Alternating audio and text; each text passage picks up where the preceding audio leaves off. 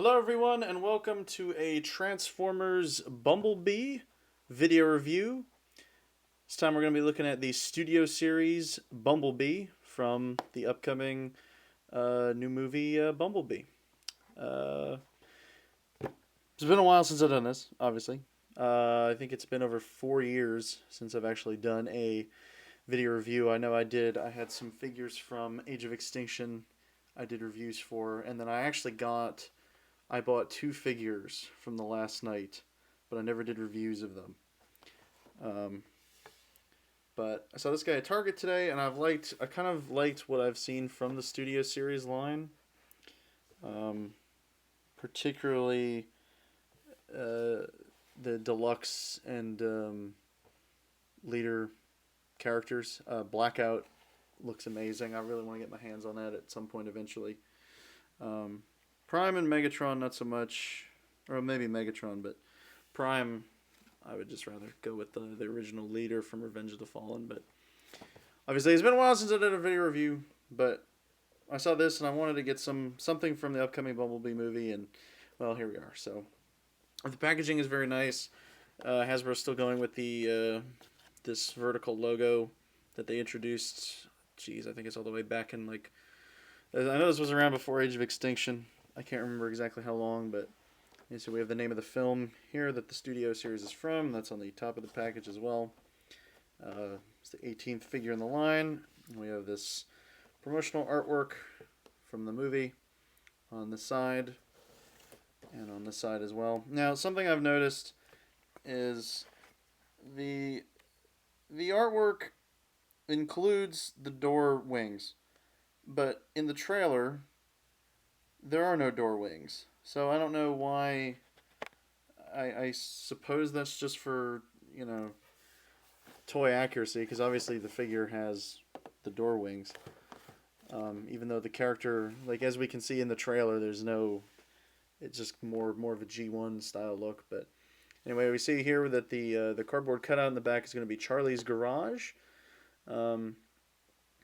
Transforms in 22 steps. They started putting that on there to, I guess, let parents know that how long they're going to have to suffer to transform this. The cross promotions for Dark of the Moon Ratchet, Jazz. I would like to get Jazz, maybe. And then this guy. It's like a redeco of Lockdown. What's it called? Shadow Raider? I don't even know who that's supposed to be, but they had that at Target. And, Volkswagen, officially licensed product. It's cool to still see those logos down there. I remember when it was all Chevrolet, officially licensed product, and everything was Chevrolet, and now he's finally the bug again. So, all right, let's open them up. All right, so the first thing I'll talk about is the cardboard insert that is a display stand. It's in the box like this, and then you simply just unfurl it like that. The logo of the movie that it's from right there. I don't know if this changes if the figure's a Decepticon or not, but still a cool touch. Alright, and here's the figure. Looks pretty good in the garage. I like the color of the stand, the red. I dig it. It's cool. I think the Decepticons, it would benefit if it was purple. But I don't know. Maybe I'll buy a Decepticon figure one of these days and we'll find out. Here's the figure itself. It's a VW Bug. Car mode. There was an attempt. And when I say there was an attempt, I mean there was an attempt at transforming him. Obviously, I threw on some Vince DiCola, gave it my best shot. I haven't done this in a while. Unfortunately, I had to resort to using the instructions. But the car mode, I mean, there's potential for it to stick together. It just doesn't want to. That's the best as I could get it, is right here. The best I could get it. But that being said, it is a very cool little compact car mode. It does roll nicely despite not being stuck together all the way. And it's sort of magical, I guess, to finally have a movie Bumblebee that turns into a bug. I never thought we'd have that. And actually, this is my first Bumblebee I've ever had that does turn into a bug. I don't have any other figures with me to do a size comparison. I do have some 1/64 scale race cars, so if anyone has those out there, that's how big they are. It is it's a relatively small figure. It almost feels like an old scout class, like a Revenge of the Fallen scout class. But it feels like it's packed together solidly. Obviously, on the underneath here, you do see the robot head, but apart from that, the kibble is hidden quite nicely, or the lack of kibble, I should say. The robot's hidden quite nicely, except for the head. The weapon storage, you have the sword here, which just tabs onto the arm piece. You have the blaster, the gun, tabs on literally to like his crotch section, which is a little bit odd, but put that aside. And then the mask tabs on underneath the front bumper. I'll just pull that off now, and there's the mask. I wish the mask came out of the head itself, but I guess we'll talk about that in a bit. Overall, it's a pretty I like the car mode. I wish the transformation was a little less finicky, I wish that sat a little lower, but overall the car feels very solid. Alright, we will get into the transformation here. First thing I'm going to do is I'm just going to start pulling things out. And, pull the doors off. Guess what the back's going to transform into? Oh my god, it's going to be his legs. Look at that. As if we haven't had a movie Bumblebee figure that the legs haven't come out of the back of the car. The waist is going to swivel 180. It's going to be like that. That's going to be the front. These whole sections come down and out like that. You see it's that sort of operation to it. And then the car bumper folds up and around. Or no, excuse me. The car bumper does that. And the leg tabs together to make that nice solid piece. Kind of like what we've had with previous movie Bumblebees. And the foot will simply stay like that. Now, I will say this, the foot has this articulation in it like that. I thought that was partly for the transformation. So I tried to do it without the instructions, and that was throwing me for a whirl, because I thought that to complete the transformation, you needed to fold the foot like that, but that is not. So, obviously, as you can see, the foot stays in the flat position for the transformation just fine. So, do the same to this leg. Also feels good to be doing this. As I was saying, I haven't done a Transformers review or really a Transformers video in a very long time. It does feel good to slip back into this. Alright, and there's the legs. Now, the front, this whole assembly, that front bumper comes out and splits the front like that. This whole section is going to come up. There's a hinge there that it's on like that. The rear windows are going to come down like this to form the lower bits of the wings, and then the rear quarter panel, or the rear fender, will come in and complete the wing on the back like that. So we can just stand them up here. We'll pull the arms out. I'm sorry, untab the wheel assembly first.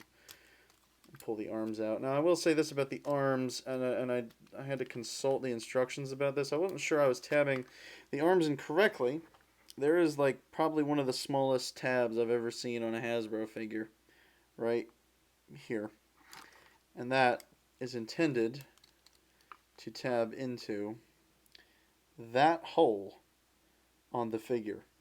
That's like some Takara Tomy third-party shit right there. Whoever at Hasbro came up with that. Kudos to you, sir. I just wish it stayed in tighter. It doesn't seem to want to stick. See, the instructions even say it's supposed to make a clicking noise, but I guess it just did there. But it didn't seem to be sticking for me. Anyway, pull the arms up like that, and then pull the each shoulder piece assembly down. It's on its own hinge, as you can see. Sorry, the back's getting in the way. Try to show that again. the hinge is there in the middle, and this entire assembly will come down like so. Oh, and this is another thing. The arm articulation is kind of screwy because of the way that hinge is. But okay, so I'll unfurl the arm, and then this piece, I was afraid because I saw them in the box and it had a lot of negative space back here. But you fold the rear windshield up onto the roof, and then fold the roof up, and there's a tab here that will actually tab into his back, and it just it goes all the way up and tabs in there. Okay, and that allows the front hood to sit kind of flush on his back. Get the arm in position here. And there we go. Studio Series Bumblebee in robot mode. Now, just from looking at it here, it looks fantastic. It's a fantastic robot mode.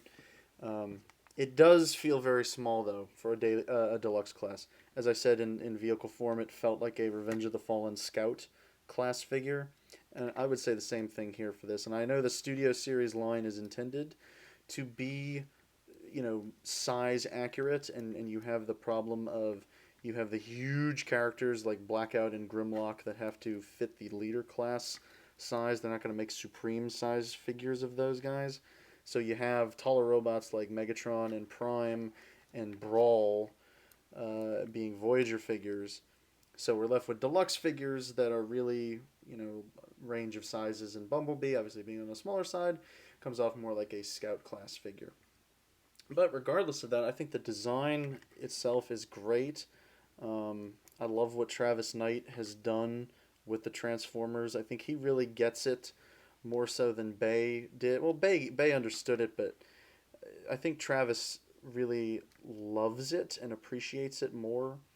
And you can tell that in the designs, because the designs are keeping in line with what we've come to expect in live action here.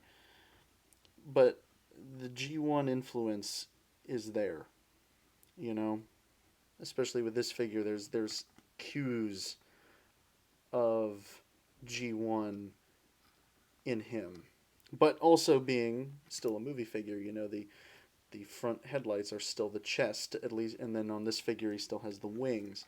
The leg still has the back bumper of the car at the back of the knee. You know, it's the same old movie Bumblebee, but there's just, you know, and then it's more so you can look at it in the trailer. There's less junk on the robots, and they look more sort of, you know, cohesive and put together. And Bumblebee himself looks more, his face especially too, in the trailer at least, his face just looks more like a cartoon, you know. But that being said, I think this is a really nice figure. It feels solid, you know, it doesn't, you know, he's standing pretty well. As far as articulation, head will swivel. It's on a ball joint, so you can get a large, you know, range of motion. Arms will move forward and backward, in, out. They're on a ball joint, and then also that hinge for the transformation. It'll take the arm out a little farther. You have a elbow joint here. Unfortunately, no elbow swivel, but that's okay. And then the wrist does move, but that's due to transformation. You have a lower waist swivel. Legs can move forward and backward, in, out. Bend at the knee here, and the foot will come out to the side like that, and will also move forward and backward at the elbow, or at the ankle. My God, get it together. So, I think the paint applications are very good. They're definitely better than the Age of Extinction line, and definitely better than the Last Night figures. As far as weapons, you have the blaster, which simply just tabs on. Simply tabs on, as I'm proving that wrong. How the Well, no wonder I couldn't figure out how to get the blaster attached. I actually had to consult the instructions to figure out how to do that. First time I've ever had to look at Transformers instructions to figure out how to attach the included weapon. But basically what you do is you dismember him, take his whole freaking arm off, okay? Then you get a little stub so you can have Stumblebee. And then you simply just attach the cannon back to the arm. Should tab on there. And there you go. You got the cannon. And it doesn't really want to stay on as well. Oh wait, am I doing that? There it is. There it goes. So like that. And there you have the cannon. Yeah, it looks nice. Get some good posability out of him. He feels like a very, posable figure, but still solid. Still solid. Okay, and then the sword will simply attach onto the arm as it did for the vehicle mode storage. No need to further dismember our poor Bumblebee here. And then the face mask simply supposed to tab on, or am I doing that wrong as well? Something's up here. I know I probably have to lift a piece of the head up. How the So I think Hasbro's officially gone off the deep end, because as it turns out, to get the mask on, stupidest thing ever. To get the mask on, you literally pull his head off. You not just pull his head off, but you pull his head apart. So you actually take the front of his head off, and his eyes are the pegs. You see that? Those are his eyes. Or wait, which way is his head? Right up. And then you just put the mask. You tab the mask back in, and then pop his head back onto the ball joint. And that's how you do it. What the Hasbro? What is this? No, you have a little Bumblebee head. You got his arms sitting there. And then this is the best part. The official instruction manual suggests that in order to store his head, you simply just tab it on to the wing and let it sit there. I'm not doing that. I'm not making that up. Look at the official instructions. It says pull his head apart and then tab it on to the wing. What are you thinking? So because of that, that's a little frustrating. I actually had to use a plier to pull apart his head. That's a little morbid, but I mean the mask looks good. Looks like all the other battle masks have. I missed the one deluxe figure. I think it was from Hunt for the Decepticons, Battle Blades Bumblebee, where the mask actually simply just folded out of the top of the head. So, I mean, the figure itself just looks amazing. I think the sculpting is great. The details are very good. Well, this is annoying. The Studio Series line this is the first figure I've gotten from that line, as I said, and I'm very pleased so far with it. I want to get the other figures. I would very much like to get Blackout. This is the type of line that it's for people like me, where we remember the complexity of the Dark of the Moon, and especially the Revenge of the Fallen toys. And we want something like that, but we don't want to have to go online and to like a third-party collector site and get it. We want to be able to go to the store and get it ourselves. And this is that type of line, because the detail that Hasbro and Takara have put into these figures is fantastic. They're an affordable price point, but they still have more kind of collector, finicky kind of figure things to them. Like the removable face. God, that looks so creepy. Oh my God! Hold on, let me change that back. Let me stare into your soul. This is like, who at Hasbro thought this was a good idea? But anyway, you simply just reattach the face, and boom, it's good old cute little Bumblebee. So, but yeah, I love this figure. I love the design. Definitely looking forward to the movie. I mean, anything could be better than The Last Knight. But what Travis Knight seems to be doing with this, definitely, obviously, inspired by G1, but like as a movie, it definitely looks to be evoking the classic Spielberg Amblin feel of the of movies of the '80s, like E.T. or even possibly Goonies. But God, anything could be better than The Last Night. Like anything could be better than that movie. So I have high hopes for it.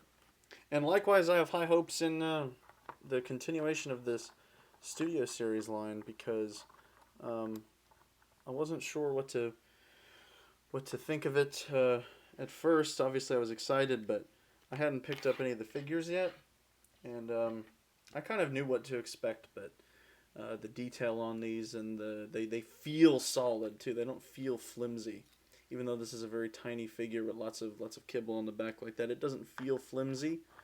Um, and yeah, I love these displays and everything like that. It's a nice little addition. So yeah, I would recommend this figure, especially because the movie's coming out. Um, as far as the other ones in the line, like I said, I was interested in Blackout. I've wanted that figure for 11 years now, a leader class Blackout. If only we could get a leader class Bone Crusher. Because if we had a leader class Bone Crusher, then you could, pair that off and pose that with the Revenge of the Fallen leader Prime. If those two were scaled together, that would be amazing. But yeah, definitely overall recommended, and I'm looking forward to seeing the movie. So have a good day, guys.